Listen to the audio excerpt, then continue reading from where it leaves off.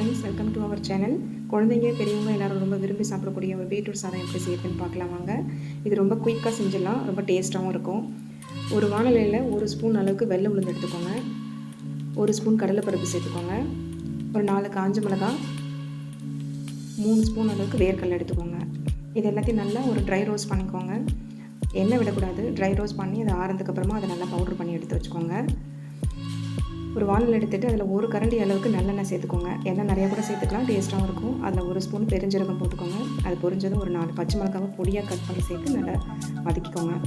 ஒரு பெரிய சைஸ் வெங்காயம், ஒரு 2 வெங்காயம் எடுத்து நல்லா பொடியாக கட் பண்ணி அதோட சேர்த்துட்டு நல்லா வதக்கிக்கோங்க. அது நல்லா வதங்கினா போதும். ரொம்பலாம் ட்ரையெல்லாம் வதங்க வேணாம், திட்டமான அளவுக்கு வதங்கினா போதும். இது வந்து குழந்தைங்களுக்கு ரொம்ப பிடிக்கும். பீட்ரூட்டே வேணான்னு சொல்கிறவங்க கூட இந்த சாப்பாடை நீங்கள் கொடுக்கும்போது கண்டிப்பாக விரும்பி ரொம்ப சாப்பிடுவாங்க. பேச்சுலர்ஸ்லாம் ஈஸியாக ரெடி பண்ணக்கூடிய ஒரு டிஷ்ஷாக கூட இது இருக்கும்.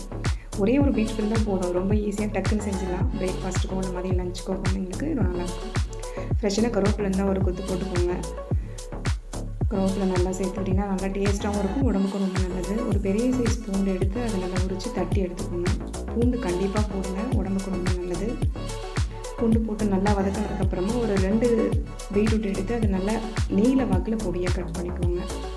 ரொம்ப பெரிய க்யூப்ஸ்லாம் கிடையாது, நீல வாக்கில் பொடியாக கட் பண்ணி சேர்த்திங்கன்னா குழந்தைங்க சாப்பிடும்போது அது ரொம்ப வாயில் தட்டுப்படாமல் இருக்கும். அதை நல்லா வதக்கி விட்டுட்டு தேவையான அளவுக்கு உப்பு போட்டுக்கோங்க, மஞ்சள் பொடி போட்டுக்கோங்க. நல்லா ஒரு 2 நிமிஷம் அதை கிளறி விட்டுட்டு ஒரு மூடி போட்டு ஒரு 5 நிமிஷம் நல்லா வேக விடுங்க. முக்கியமாக இதில் தண்ணி சேர்க்கவே கூடாது. ஆல்ரெடி பீட்ரூட்லேயே தண்ணி இருக்கும், அதிலே அது நல்லா வெந்து அந்த பதத்துக்கு வந்துடும்.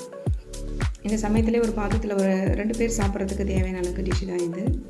அது நல்லா வதங்கினதுக்கப்புறமா அது கொரன்னு அடித்து வச்சுருக்க அந்த பவுடர் அது கூட சேர்த்து ஒரு 2 நிமிஷம் நல்லா கிளறி விட்டுக்கோங்க. தீ ரொம்ப வைக்காதீங்க, சிம்மிலே வச்சுட்டு இந்த டிஷ்ஷை செய்யுங்க. அப்போ தான் அதோட டேஸ்ட் வேறு லெவலில் இருக்கும். இந்த ஸ்டேஜில் இருந்த அளவுக்கு நல்லா கிளறி விட்டுட்டே இருங்க. விட்டுட்டிங்கன்னா அடி பிடிச்சிரும்.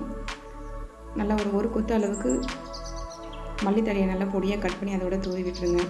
அதை போட்டு 1 நிமிஷம் நல்லா கிளறி விட்டுட்டு சாதம் வடித்து நல்லா ஆற வச்சு எடுத்து வச்சுக்கோங்க. தனியாக இந்த சமயத்துலேயே நீங்கள் சாதம் வடித்து நல்லா ஆற வச்சுட்டு இதை செஞ்சிங்கன்னா இன்னும் நல்லா வேலை ஈஸியாக முடிஞ்சிடும். ஆற வச்ச சாதத்தை இது கூட சேர்த்து நல்லா ஒரு 2 நிமிஷம் கிளறி விடுங்க. சாதம் முக்கியமாக வந்து குழையாமல் இருக்கணும். தனித்தனியாக இருந்துச்சுன்னா நல்ல டேஸ்ட்டாக இருக்கும்.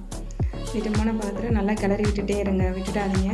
ஒன்று ஒட்டாமல் நல்லா கிளறி விட்டுட்டே இருங்க. ஒரு மூடி போட்டு ஒரு நிமிஷம் நல்லா தம் மாதிரி விட்டுருங்க.